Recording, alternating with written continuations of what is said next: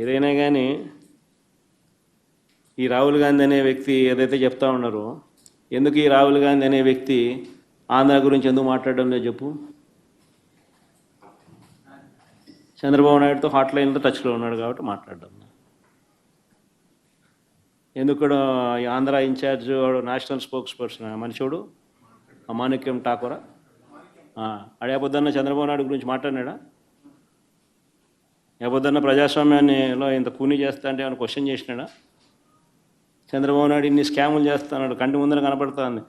Yeah వీధికి పోయినా belt shop కనపడుతుంది, యా పక్కకు తిరిగినా పర్మిట్ రూమ్ కనిపిస్తుంది. ఎంఆర్పి రేట్ల కన్నా ఎక్కువ రేటుకి అమ్ముతున్నారు. యా రోజైనా మాట్లాడినాడా? మన గురించి నా గురించి మాట్లాడతాడు. ఎందుకు చంద్రబాబు నాయుడు గురించి ఎందుకు మాట్లాడు? కారణం hot line. Chandrababu Revanth Congress high command, అంతే కదా. ఎందుకంటే చంద్రబాబు నాయుడు గురించి ఎందుకు మాట్లాడు చెప్పు. ఆ రాహుల్ గాంధీ ఆంధ్ర గురించి ఎందుకు మాట్లాడు చెప్పు. ఆంధ్రాలో అంతకన్నా పెద్ద జరిగింది కదా, ఇక మాట్లాడుతున్నారు స్కాములు, ఎలక్షన్, ఓటింగ్ గీటింగు, ఓటు చోరీ, ఇంకోటి అంటున్నారు కదా. మన ఆంధ్రాలో జరిగింది కదా, మన ఎందుకు మాట్లాడు? 12.5% మాట్లాడు. ఎందుకంటే హాట్ లైన్ చంద్రబాబు నాయుడు, రాహుల్ గాంధీ, రేవంత్ రెడ్డి. వీళ్ళ పార్టీలు, వీళ్ళకు agenda. This is State Election Commission. This has got nothing to do with Central Election Commission.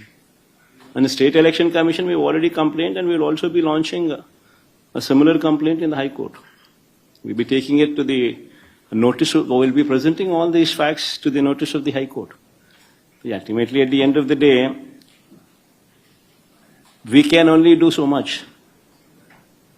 Whatever we can do, we're trying to do. Obviously, is it not so? I think anybody in Andhra Pradesh, you can ask, even a common generalist, all of them who are sitting here, I'll just post these common questions to you. I think all of you are already aware of it. Why is it that Manikyam Tagore, the national spokesperson of Congress party and also Andhra in charge, why does he not make any comment on Chandrababu Naidu? When there are so many scams what are taking place in the state of Andhra Pradesh, right in front of your eyes, you see bell shops, left, right, center, right beside every school, right beside every temple, and every village you see bell shops. Is it not so? Are they legal? They're actually auctioning these bell shops.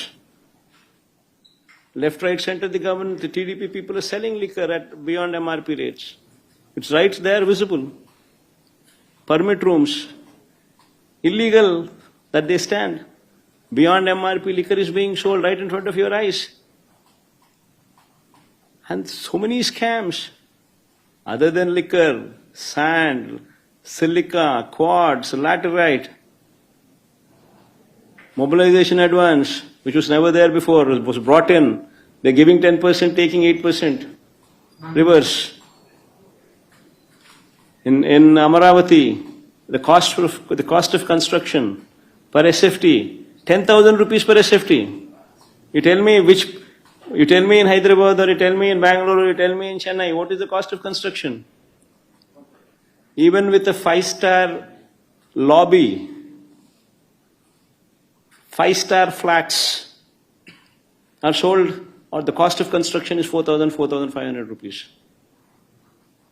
The cost of construction to construct something like that would be 4,500 rupees per SFT. In Amaravati, you're talking about 9,000, 10,000 rupees per SFT. Is it not a scam? Right in front of your eyes. The PPAs, they made a hue and cry. When we had made PPAs at 2 rupees 49 paise. Now they have signed PPAs for 4 rupees 60 paise. Is it not a scam? The lands that they're giving at throwaway prices to real estate companies. What is that group? Lulu. What is that other group? Satwa. What are these companies? Real estate companies. And you're giving them land at throwaway prices. Is it not a scam? Right in front of you, over your eyes, all these scams are taking place. Yet, the Congress spokesperson, National Congress spokesperson, Andhra in charge, Does not speak about Chandrababu Naidu. Why is it so? But he talks about me. Even though I am in the opposition, he makes wild comments on me. Now this is Andhra. And what about Rahul Gandhi there in Delhi? When he talks about vote Chori, why does he not make a statement on Andhra, where the highest 12.5% is the vote difference between what was announced versus when the counting day, when the votes were counted. The difference was 12.5%. The highest what this man can ever speak of. Why does he not speak about Arvind Kejriwal? When Arvind Kejriwal himself lost MLA election, his own MLA seat Arvind Kejriwal lost. Can you believe that? Why doesn't Rahul Gandhi talk about that? He doesn't. Because Rahul Gandhi does not talk about Andhra because Chandrababu Naidu is in touch with Rahul Gandhi through Revant Reddy on a hotline. Is it not a fact? I mean, all of you are journalists here. Cross your hearts and speak for yourself and tell me, is it not a fact? And what should I comment on someone like Rahul Gandhi, who himself is not sincere to what he does? What corporation engages, what corporation does with consultancy services is up to them. Whatever they would have recommended, they would have recommended. Whatever these people are supposed to do, these people are supposed to do. The government, every government department works in a silo. And every government department, in order to improve their efficiencies, engages consultancies on their own. Nobody takes permission from CMO or from Chief Minister's office. It doesn't work like that. You're heading a department, you are the secretary for that department, you are the HOD of that particular department, you want to bring in efficiencies into your particular department, you engage consultancy. And mind you, KPMG or these names that you talk about are not small brands. They're not small groups. They're renowned, recognized groups. Be it KPMG or be it any of these big auditing firms that you talk about, these big 5 firms or big firms that you talk about, they're not small firms. For any of them to just make wild statements the way they deem fit, it's not right also. Nobody is supposed to stand, no additional member is supposed to stand in the queue beyond the voting time. It doesn't work the way you're saying. The queue doesn't go beyond a particular time.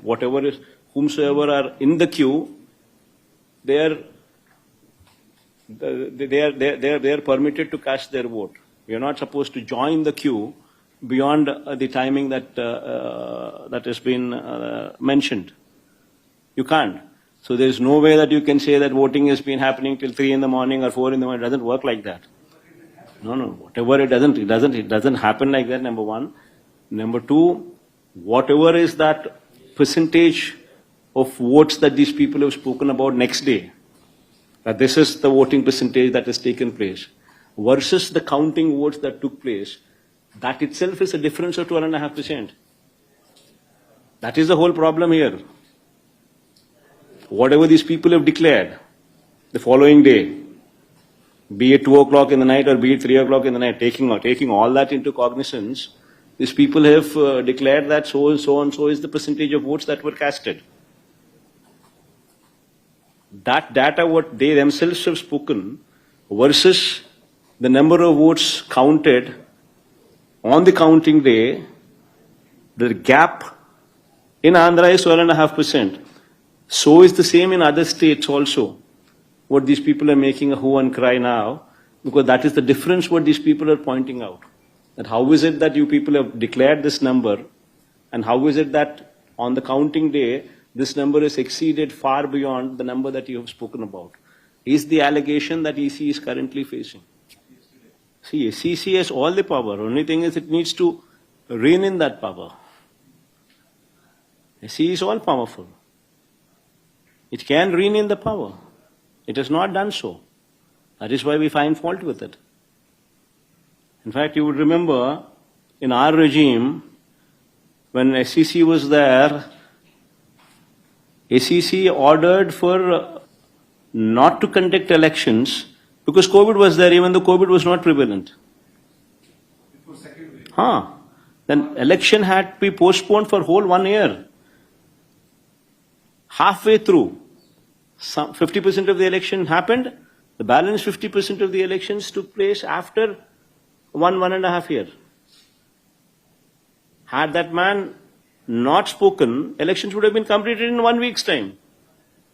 But since that man intervened, state government was left with no other option but to postpone the election for 1 whole year later. That is the power of State Election Commission. But unfortunately, the State Election Commission is not reining in. That is the unfortunate thing.